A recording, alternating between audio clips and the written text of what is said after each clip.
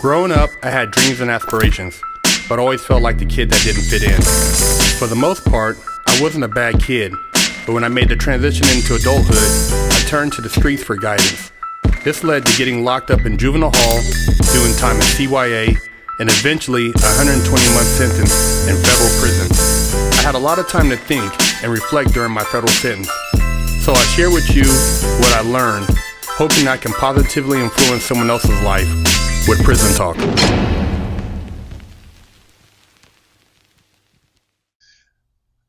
I just want to say that just because you didn't so-called get it out the mud doesn't make you any less black than the next guy who brags about how he got it from the streets or got it from the gutter or got it from the mud. That's a program, man. And to be honest, if you didn't have to do those things to get to where you are, it's a blessing. Half the time, it's not the young brother living in poverty in the projects. No, these be the youngsters that live in the suburbs, whose families have deep six-figure incomes. Mama make $300,000, daddy make $500,000 a year, but he is so devoid of an identity. Right. And he trying to portray something that he ain't never been, nor had no concept of. Well, see, he living not in 5,000 square foot house in Pearland. Right. But when he goes around his peers and they ask him, where you from? He don't want to claim Pearland. Yeah. So what does he do? He said, I'm from Fifth Ward. Right. That's where his granny lived. Right. That's where his mom and his daddy grew up. Because he building his identity. And because his mama and his daddy still together, and his life don't look like NBA young boys, he ashamed of the fact. Yeah. I'm telling you what I know. He's ashamed of the fact that he lives in a 2-parent household. Right. He's ashamed of the fact that his family got 3-4 cars. Right. Why? Because they'll always be able to accuse him of not getting it out the mud. Right. Oh, you had this handed to you. Right. So these are some of the really peculiar dynamics that I'm finding in these cases that I'm dealing with. So a lot of these youngsters, they have a lot of options and a lot of opportunity, but they are choosing the streets. If you had a mother and father in the household and they made you a hot breakfast in the morning before you went to school, or they read to you at night before you went to bed, and if your mom had a job and your dad had a job and you had a grandmother in your life, you had more than one car at your house, there's nothing wrong with that. That's a blessing. You don't have to emphasize that maybe your dad came from a certain hood or your mom grew up over here to give yourself any type of relevance. If they did, then obviously they worked hard to make sure you didn't have to grow up in the same environment. And although you may have relatives or friends still living over there, you don't have to take on that persona to have relevance. And a lot of young people want to talk in a certain fashion or dumb themselves down or sound like they from the hood to give themselves brownie points. And it's all bullshit, man. You think that because you had a little bit more than the other guys that they won't accept you because you didn't have to struggle or you didn't have to steal or you didn't have to carry a gun. Well, that's a blessing. And the trick bag is to get you to go over to the other side and act like you have to do those things to fit in. Maybe you don't need to fit in over there. Maybe your parents worked hard enough so that you could elevate yourself and not have to go through what they went through. And yet they let you see that aspect so you could see where they came from, but it's all about going forward and elevating. You shouldn't go backwards or go forwards. Your parents bust their ass if they worked hard and pulled themselves out of those environments, and now they have a 4 or 5 bedroom home or a 3 bedroom home, and they're able to provide these luxury things for you that other young people don't have access to. That's no shame in that, man. You should be proud of that. To act like you don't want those things or you're not grateful for those things, I'll tell you a trick, man. A lot of those people who talk shit about the people who have those things, who have a father and a mother, who have um, access to a great education, who have structure at home, they dream about those things, man. I've seen these people in prison watching shows where that lifestyle is a fantasy, and they wish they could actually impose themselves into those households.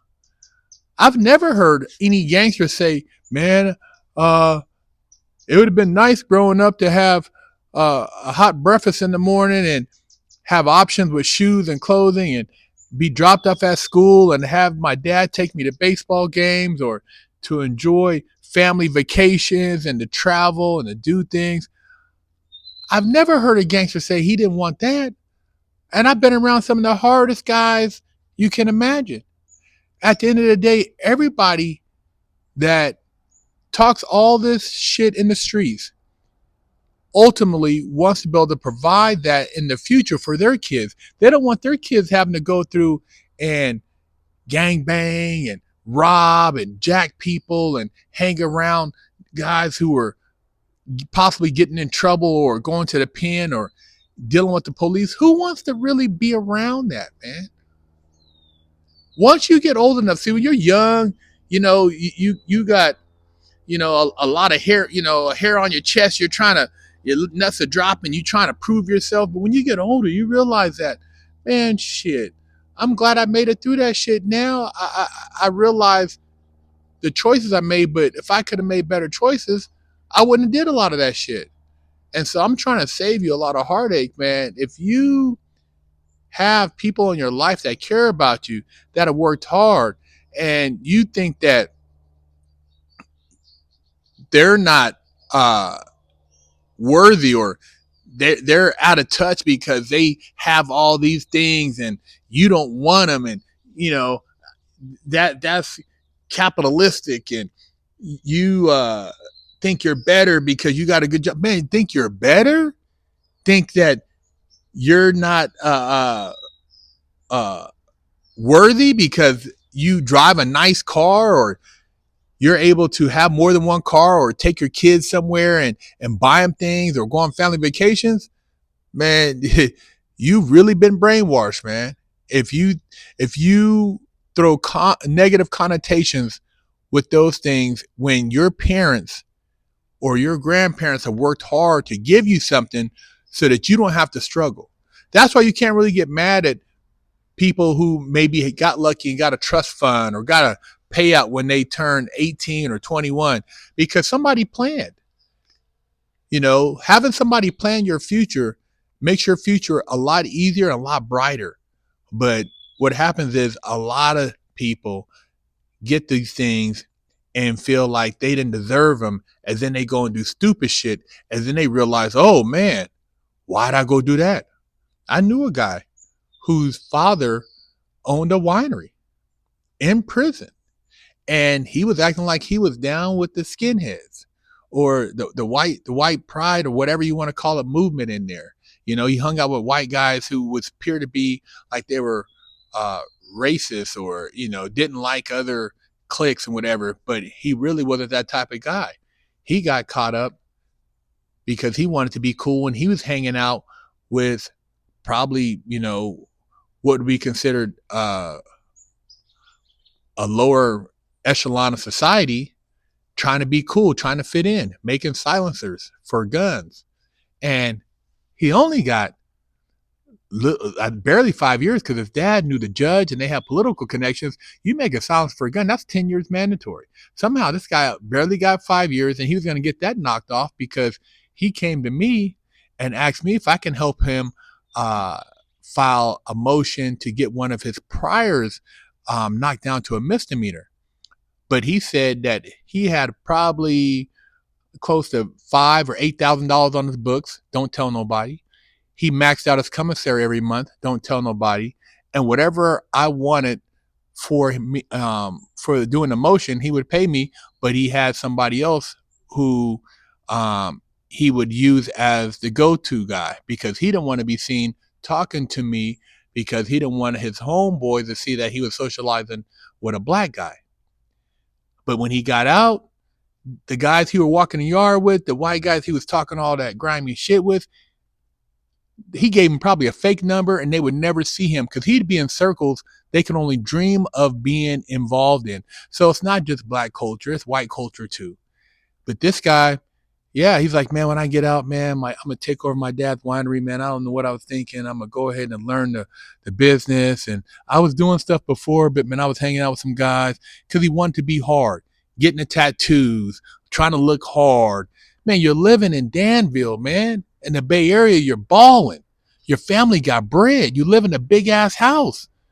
You know, you got investments. Your family's got assets. But he wanted to be a tough guy and hang out with some street dudes and make silencers for guns. Wow. He wanted to get it from the mud. So it's not just black culture. Don't be fooled, man, by these guys who talk all this talk and act like they're this and that so that they can make it seem like they're down. That's all bullshit, man. If you're a square, you didn't have to do none of that stuff. And you were able to navigate, stay out of prison all your life and do the right thing, man, you're winning in life. You're winning. Because ain't nothing over there but a bunch of shit. Subscribe, share the channel. Big Herc 911.